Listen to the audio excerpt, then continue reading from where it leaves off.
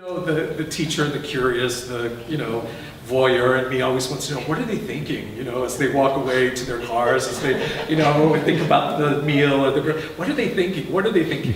So we get to be, get to say, have an opportunity to say, is there anything on your mind? Is there anything we can answer? Is there anything we can say to make this experience more complete? We are your servers tonight, right? We're here to help you tonight.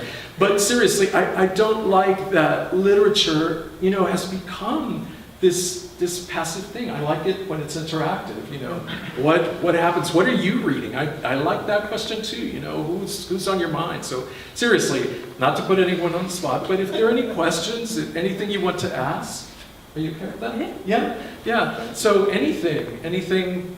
Poetry, the state of poetry, is it really dying as we're told every other week, right? Yeah, I'm just curious. You're obviously addressing some reader when you're writing your poetry. I was wondering who you feel like you're speaking to, and when. Are you speaking to other poets? Are you speaking to young people and things like that? And then I'm curious if you feel like you're speaking to the same people. That's a great one. That's a good one. Yeah, that's a good question. I guess I don't really think about the audience when I'm writing. Well, who do you hope reads your poetry? Because it can't just be everybody. Of course you want everybody, but is there somebody, what do you want to do to a person when they read what do you want to happen when they read your poem? Yeah, that's a really good question. If it's like me, I have to look up a bunch of Spanish. I guess for me, so they have an experience of language and of textures and of words that we don't use every day, and that the person has an aesthetic experience on some level, and also ideas and a point of view that they may not have considered before, and that they're able to see life through somebody else's eyes, and like giving testimony of my own life and my own experiences and presented it in the form of poetry. And saying, this has been my experience, this has happened, this is what I feel, and then saying it in an artful way that is playing with language and that creates some kind of effect for me. Yeah, and it depends. So sometimes like those cuento poems from the new book, those came out of a place of anger and frustration. And this was before Donald Trump and his pronouncements on immigration, and even before that. But from reading news articles about that incident how many of us knew that? I didn't know that, right? And this is happening not literally in our backyard, but pretty close to us. That this funeral home was being paid $450 per body that they found around Falfurrias, Texas, right? Of these immigrants who die as they're trying to cross over. It's like, I didn't see it in the electronic media. I read it in print, or, in this case from that newspaper. But so it comes from a place of anger. And I think that, sometimes, however small the audience might be for poetry these days, that if one person reads it and has that aha moment, or, what Emily Dickinson said, when you read how do you know a good poem? When you read it, that she said, it should feel as if the top of your head is just blown off, that you just go, whoa, all that stuff happens. That's the ideal. I hope that someone reads something and says, wow, I didn't know that, and this is, again, ripped from the pages of, today's news. But so sometimes it's that, and it's a lonely thing, right? That you sit there and write and hope that your letter to the world, at some point someone reads it and engages with it, but you never know. And if it never did, I think I'd be okay with it. I mean, I might be crushed, it's like, gosh, I'd be crushed.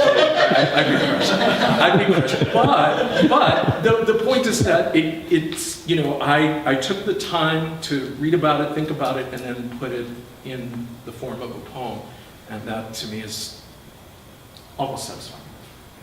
Yeah, yeah. But to have someone read, that's what I was saying about that, Yeah. even though, it happens in a place far away from me, a person I'll never meet, but just to know that someone is engaging with that, that is amazing. That's amazing, so. Yeah, and then there's the music too. Right.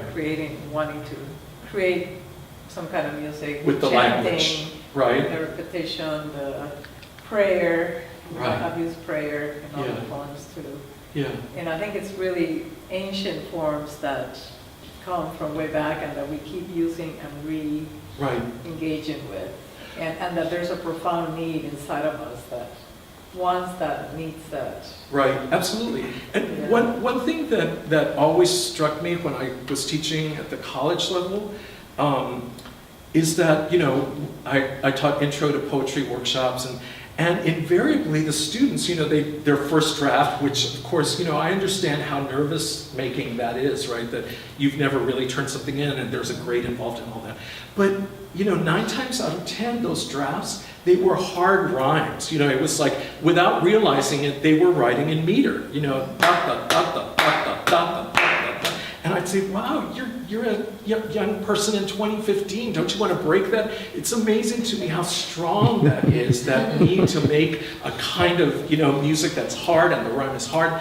Because I think they grew up thinking that's poetry, right? That's Right. poetry. This that doesn't rhyme exactly is not poetry. So anyway, but this idea of, trying to make music with that's strong. Right, that may or may not be, a hard Right. Yeah.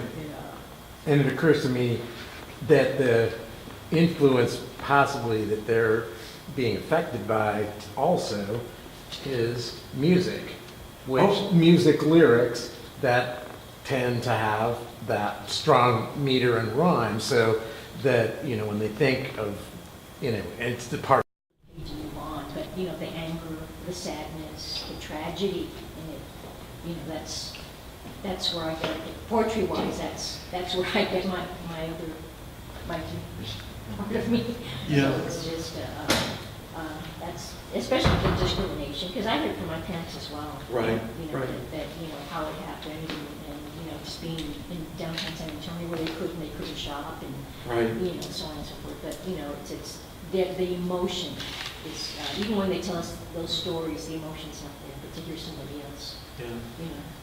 From your voice, Yeah. it brings them into me. So that's why I'm glad. I gravitate to poetry for that reason, for the emotion.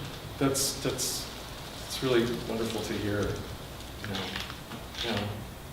Yeah, because I guess they kind of self-censor sometimes maybe, or distance themselves from the emotion of an experience that has been humiliating or something, and you put some distance, and so sounds like, for your parents, yeah. We were even talking You about hear it, we were talking about it with my husband because we watch the news, the NBC News every night to get caught up as well. And Right. then at the very end, the last 3 minutes, they have that human interest story. Right, Where they want to, it's either funny or sad, or, where they want you to cry. Right, And of course, right, like, well, what about the other, Right, right. the other 25 minutes? right.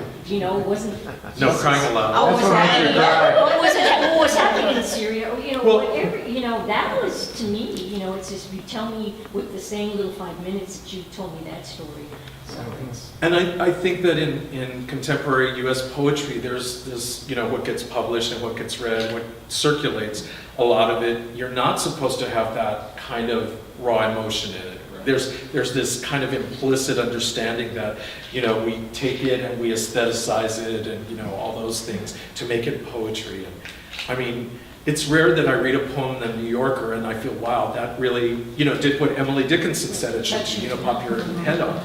It just, they're beautifully crafted, and of course I wish, we all aspire to that, but it rarely has that kind of heart beating within the poem that, is my preference anyway.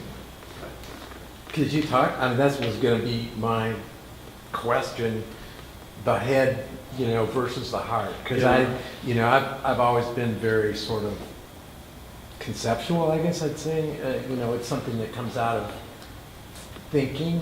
Yeah. The really early things that I wrote, I think, were much more kind of from the heart. But I've gotten away more and more away from that, I think. And you know, I just wonder about how you work with that, getting back into your heart, the words of your heart, as opposed to the more we learn, or the more I learn about the history of poetry and whatever it is, the news, all that stuff, and it's up in the head. And then is there something that you use or work, or some process to get down into those heart words? Yeah, I don't know that I do it consciously, it's whatever I'm going through or thinking about. But I think there are passions in the poetry world where it tends more in one direction or the other, like the protest poetry, and then the more abstract, conceptual, or just detached from the narrative. Yeah, I guess it's very personal, individual, depending on what makes you get angry or excited or mad or fall in love with something in particular. Or maybe it's a matter of stages in life, that you, as a young person, you start out and you're more passionate and you write about love and falling in and out of love, and then as you get older, maybe it becomes something more philosophical or... Yeah. Yeah, I think, you have to have something interesting to say, right? Otherwise, so that's, and you think about it and you let it sit there, and, just, that's part of it, but connected to the thing that will also at some point, someone asked, who are you writing for? That you want that perfect reader, that ideal reader, to be drawn in through the heart as well, obviously, otherwise it doesn't make the impression, I don't think, that you want it to make. I cry when I write, and that's not, I'm not being, I cry sometimes. I cry a lot. I do cry. I guess what I'm thinking, I used to cry when I would get to the So you end of a embrace poem, that, and I don't do it anymore. It's Yeah. like, what happened? Well, yeah, but as Liliana says, it's, it's a cyclical thing. Maybe it's, it's part of the development, the growth, and maybe it's your time to write these cerebral, abstract poems, and you'll come back to the other, if that, maybe, I don't know. Anyway, thank you. Thank you very much. Thank you so for coming. much. It was Thank wonderful. you. Thank you.